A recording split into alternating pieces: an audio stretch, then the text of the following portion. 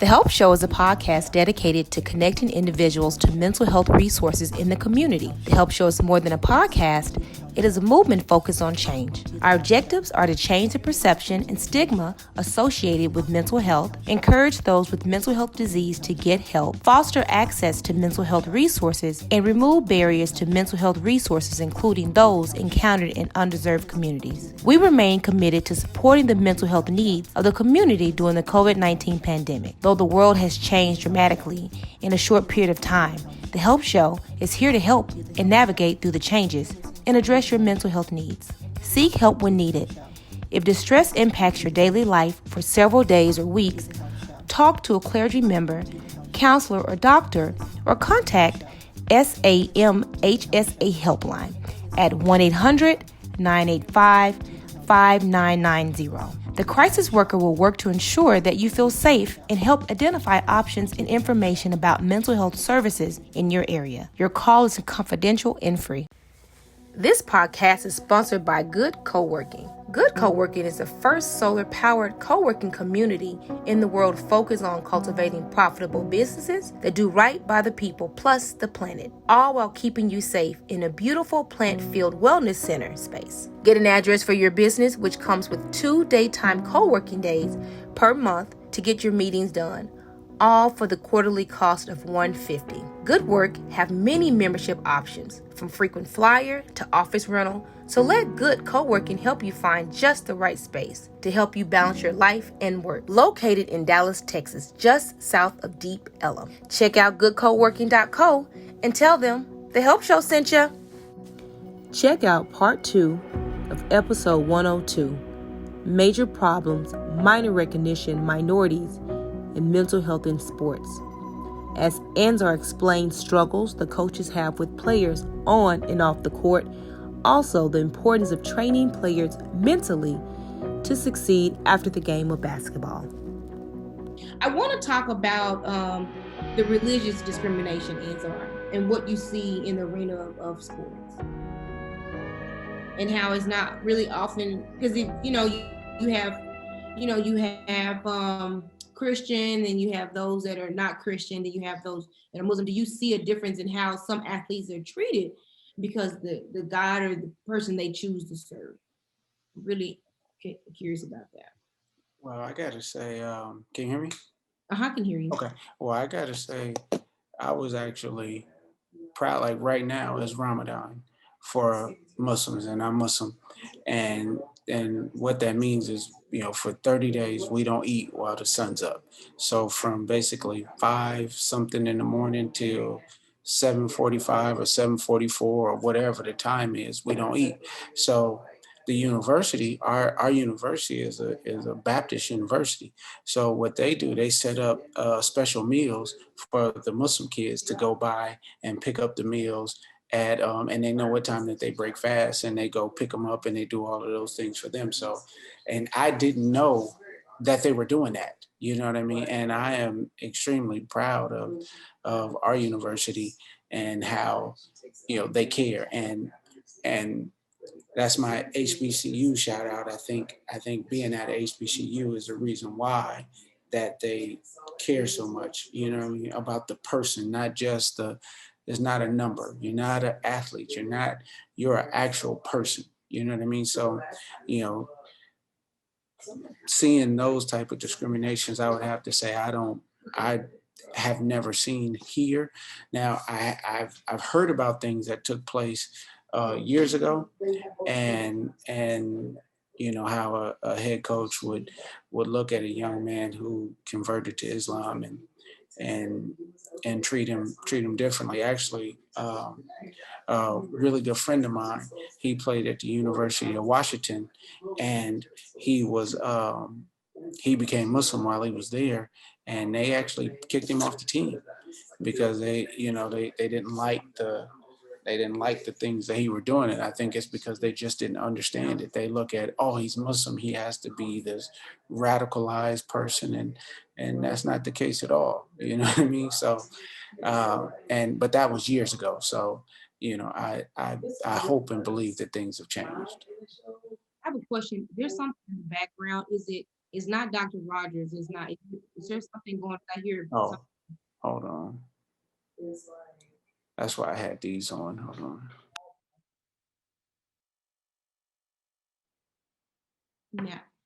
Now we can't hear you.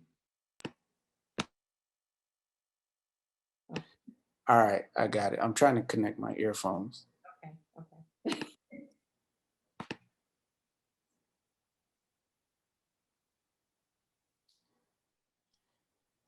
Okay, go ahead. Okay. Because that's a part of having inequality and inequity, not being treated fair because of your religion. And truly, I wanted people to understand there's all type of inequalities and inequities in the world of sports, and I think that has a lot to do with how someone is feeling mentally. And Dr. Rogers, you can say yay or nay, but when someone is isolated because they have a certain religion or certain God they're preying upon, they're just treated differently, which keeps a person isolated. But I'm thinking you having a team, like it's just like family, supposedly, does it make it difficult for an athlete? And that's the question I really was interested in. You spoke about a little bit, Dr. Rogers. You have any questions about that, or can we just move on to the impacts of minorities and ability to have healthy lives? Yeah, I think whenever you can isolate somebody from the supports that are around them, I think that's always going to be extremely problematic. And it sounds like, in a lot of cases, you've got young men. The team is pretty much what they know. I mean, that's their family at school, and yet they're being isolated. But one thing, and so you talked about that I was kind of curious about is being in an HBCU, and how that differs from a mental health perspective, you think, compared to being in some of the other settings that you have been in. I mean, you mentioned, I guess, more acceptance, especially with the religion piece and what they were doing there. Are there other positive or negative things that you've seen as an athlete's kind of thinking about being in that environment from a mental health standpoint? Yeah, I seen.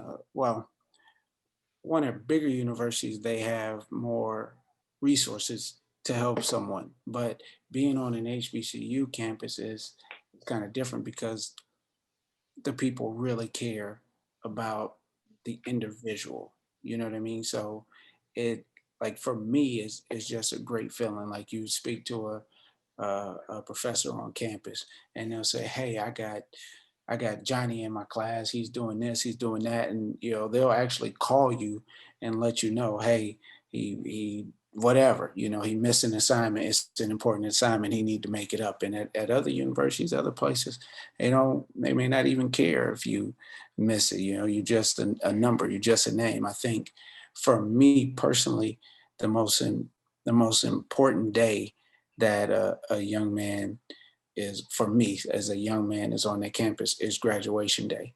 And I was at a university, and on graduation day, only two coaches showed up, and it was the two Black coaches, and the other coaches were on vacation. And I'm like, how are you on vacation on the most important day of this young man's life? You know what I mean? So, when I look at it, I just think HBCUs are just great because they can't say that everyone doesn't care, but just, the circumstances that I've saw people that really cared. And I can see that, because when you are at a bigger university, you are just another number. Because I went to Jarvis, I went to HBCU college, Mm-hmm. and I enjoyed being there. I knew all my professors personally. Mm-hmm. They always motivated me to do better when I wasn't doing the right things. They would pull me aside, and then when I did attend for my master's program, a bigger college, a university, I could see a little bit of a difference. But I'm not trying to toot my a horn, but I have a real big personality, so you gonna get to know me if you don't even want to know me. So it's just a little different, but I truly can see the difference with this is being a family oriented college. So I can see that, Anzar. Another question. Let me go into this little 1 minute spiel that I have to, because if I don't, Amy will kill me. That's our VP. Okay. I'd like to take a moment and thank everyone in our listening audience for listening today. We're also like to remind everyone that we're a nonprofit organization operating entirely off the generous support of our donors. If you would like to give to our organization, we appreciate you.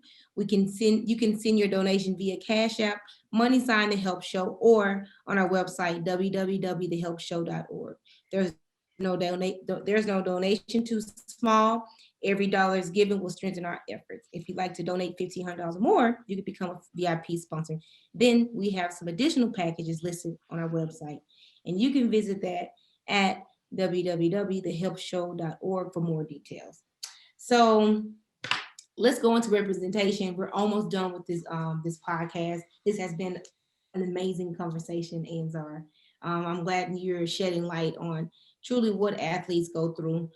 Because when you look at an elite athlete, you just feel like they have the world, like they have no worries. But being in the field that I am in, and Dr. Rogers is being psychiatry, we know that's really not the truth. And we know that it starts home base, but I believe it starts way before home base.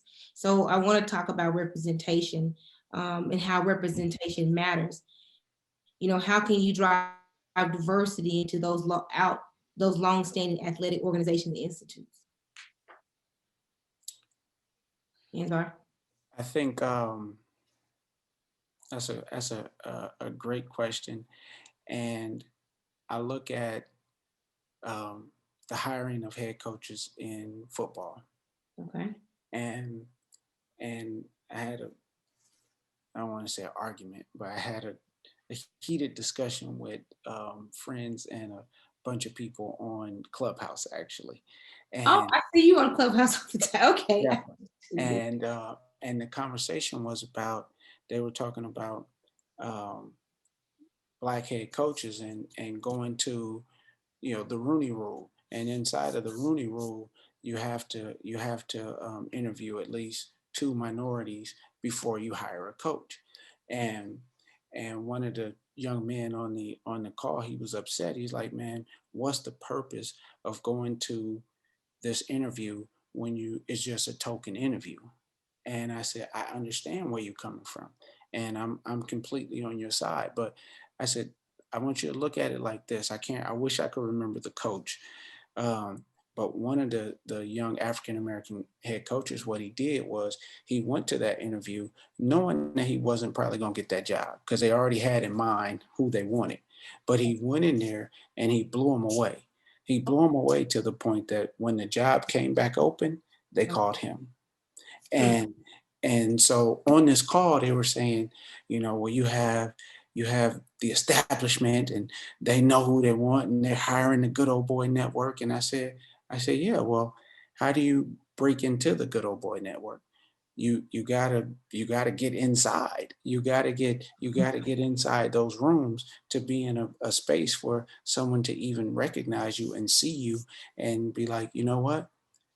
Because most of the time people hire people that they know, or someone that they believe that they can trust. Absolutely. So when you go in for that interview, maybe it is a token interview, but you leave an impression on that person to where, and then you get that person's contact and you shoot them a note every now and again, hey, thank you. I know I didn't get that job, but I appreciate you. And, let's continue to build a relationship and go on and so forth.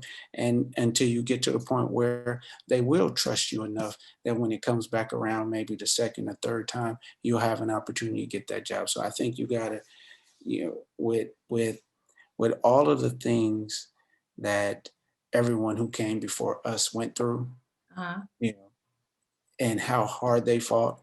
And I think if you can sit at a counter, at a lunch counter, and have food and drink thrown on, I think we can go and have a meeting, even though we know we're probably not going to get that job.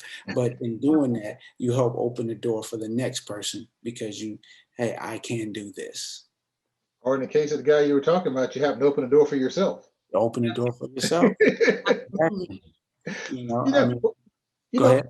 but before NiEtta cuts me off, um, one of the things I always like to try to find out, especially from folks like yourself that have been around, know so much, and I think have an expertise.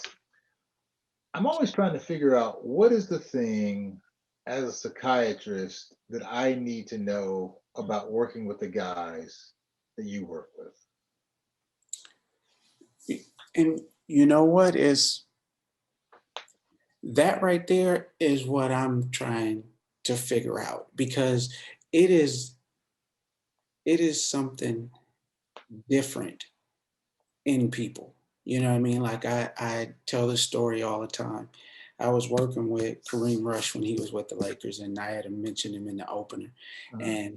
and we were and we had just finished training and working out that day, and I was sitting in the locker room with Kobe, and Kobe said, "You want to know the difference between me and everybody else?" And I'm like, "Yeah." He said, "They think they're better than me. I know I'm better than them." And I just sat there like, you know what I mean? And when you get to that level, the talent is close. You know what I mean? Everybody's talent level is close. You know what I mean? You have, the Greek Freak, you have a couple outliers, but everybody's talent level is close. The difference is what's here Right. is the mental toughness that you have. It's an it factor. And I was watching this thing with Will Smith, and he was talking about his dad, and and his dad told him to do something. He's like, there's two options. Either you complete the mission, or I come looking for you shooting the place up because you didn't complete the mission. You know what I mean?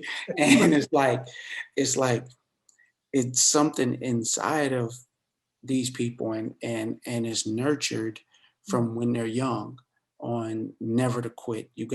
This is what you have to do. And even when you get in a circumstance, and you fail, and they take those moments of failure and they turn it into success, because they're like, okay, I'm going to learn everything I possibly can from this, and I'm going to be greater. And it's an it factor in people, and I'm trying to find that out, so I can only have those people with the it factor. So if you come up with a test, please let me know, and I will administer the test on anybody I'm recruiting. It factor test. I love it. I have a question for you. One of our listening audience wanted me to ask you and Dr. Rogers about a statistic that I put on Instagram. And we spoke about it. According to the 2018 study from the Journal of American College Health, 78% of the minority students, athletes reported a mental health need, but less than 11% of them use the mental health services. And what her name is Morgan Price. And what Morgan Price wanted to know was she was interested in hearing the ideals behind removing the barriers, what causes this. So what are your thoughts, Dr. Rogers? What are your thoughts, Anzar? What do you guys have? Because I told her, I said, Morgan, I'm going to ask these two gentlemen. So Morgan, this is for you. So, well, I think when I see it every day, you know what I mean? In my working with young men, I see it. And I definitely saw it this past year with COVID, and how, it was terrible. I had one of my players, his uncle died of COVID. Another one of my players, his dad was sick and he had to leave and didn't finish the season because he had to go home to Brazil because of COVID. And one of my another one of my kids, his dad actually died. It wasn't COVID. I forgot what it was, but that was one of the things that y'all asked about. Can I tell? And I saw him in practice, and I said, something's not right. I said, tell me what's going on. He said, well, my dad has been bedridden in Africa, and he's having these problems. And I'm like, okay, I can see that there's something wrong. And it's like, why haven't you said anything? Say Okay. something to somebody, even if you just want to talk. If you want to get help, we got services on campus that we can go to, so you can have this dialogue with people, because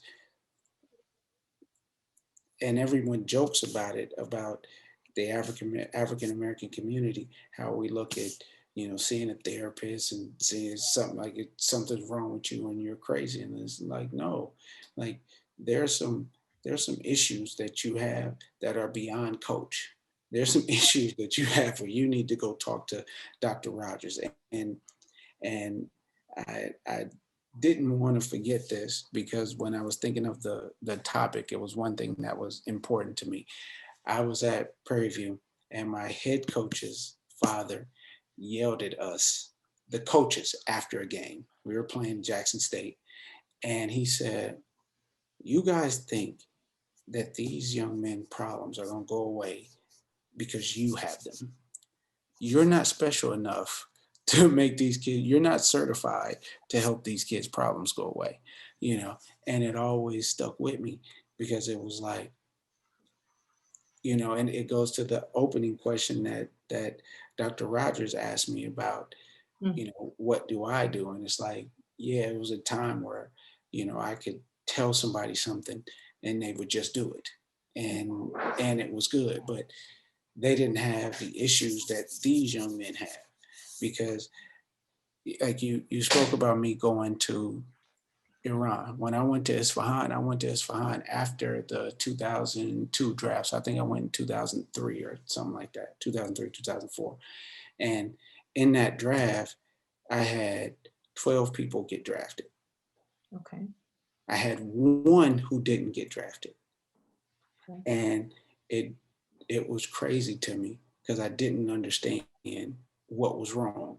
And it was so bad that, and one of my friends who's a sports psychologist, he told me, he just texted me right now, it's serendipitous is his word, but what he said I did was I took the binoculars and I turned them around. So instead of looking out and seeing all of the great things that were going on, I concentrated on the one thing that went wrong. And what I learned was this player had, it was a book that I read called Cybernetics, and Dr. Rogers, you probably read the book, and it talked about this plastic surgeon, and when he changed, when they fixed a scar or something, it not only changed the personality, but even the abilities that person perceived that they had, because this scar was gone, and for our young men, the scars are not on their face. The scars are in their head. The scars are in their hearts. You know what I mean? So it's like the things that have happened. So when he sees a coach, when this particular young man, he played great all summer, I was like, oh yeah, he's going to be great. He's, everything's going to happen for him. It's all good. But what happened was, when he got back to his school, and the coach and the circumstances and the people, and instead of having this belief that we had and believe in, these things that we had and believe in, it all went away, and it went back to, I can't do this. And it's because of the people. And that drove me crazy. Yeah. And that leads me into answering the question you were talking about, NiEtta. I think there are 4 reasons why people don't seek treatment. And these are not my original ideas. They actually come from a buddy of mine, Dr. Michael Lindsay, who's up at New York University. One of the first things he talks about is the whole idea of stigma. People feel like, I'm not crazy, therefore I'm not going to get mental health treatment. But the second thing is, I think, one of the big ones, and it is what he calls the primacy of family support. And family can be defined in many different ways. If Ansar tells one of his guys, I think you need to go see Dr. Rogers, chances are that guy is going to come see me at least one time. If a family member that he trusts says you need to go see Dr. Rogers, he's probably going to show up. But oftentimes we don't have the families that buy into, maybe this guy needs to see somebody, even when things are going off the rails. The third thing is the distrust of the service that I'm going to get when I get there. So if I don't believe that the person on the other side has the ability to help me, then I'm certainly not going to show up.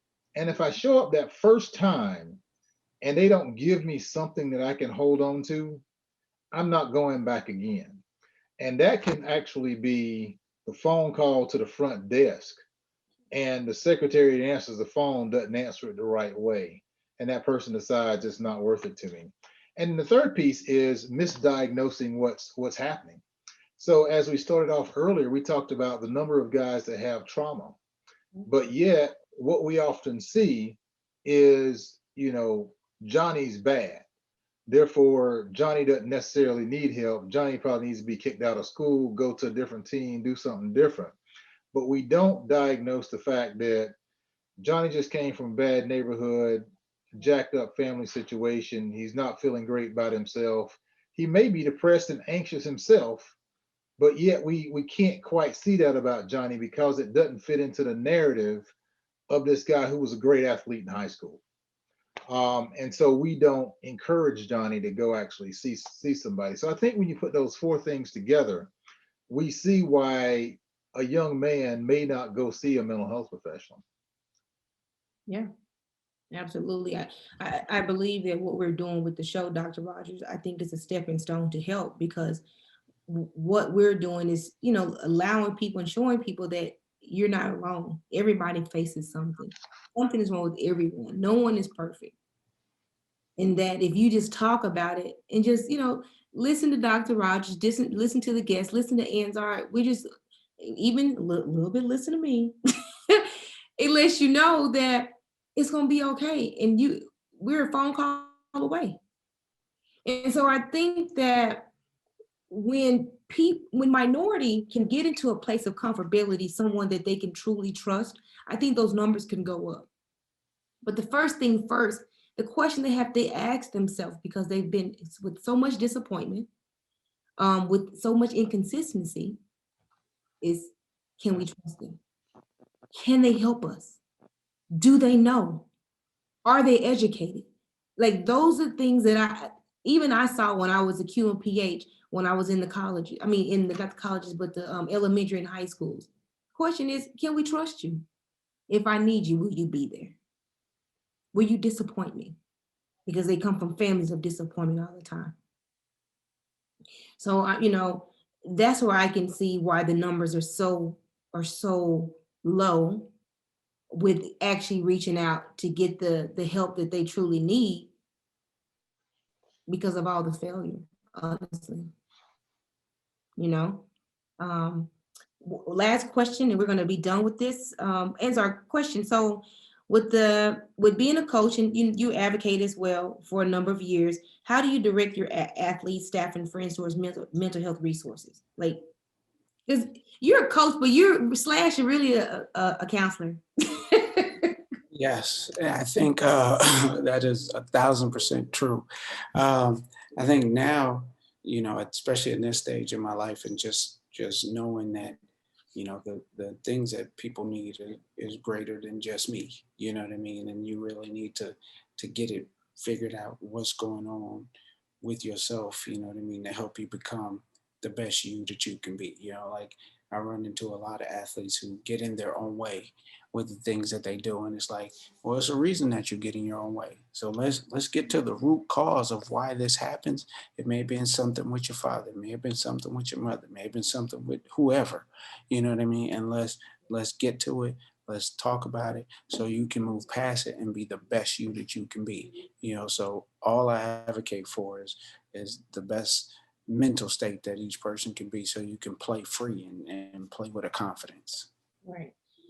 So the question I have, do you guys, does the college have like a sports therapist or a sports psychologist or someone that, and then let's say that if an athlete, quote unquote, is like, you know what, I don't want to use Dr. Rogers. I'm just saying, wait, where can I go? Dr. Rogers. Well, we definitely have multiple people on campus that they can go to, and I'm actually going to have different people that I know, and hopefully after this call I could get Dr. Rogers' information, and if one of the young men want to reach out to him, then we could figure that out as well. It's just whatever we need to do to make sure that you're the best you is what's important. I like that. Dr. Rogers, you're a source. You're a source, Dr. Rogers. I love it.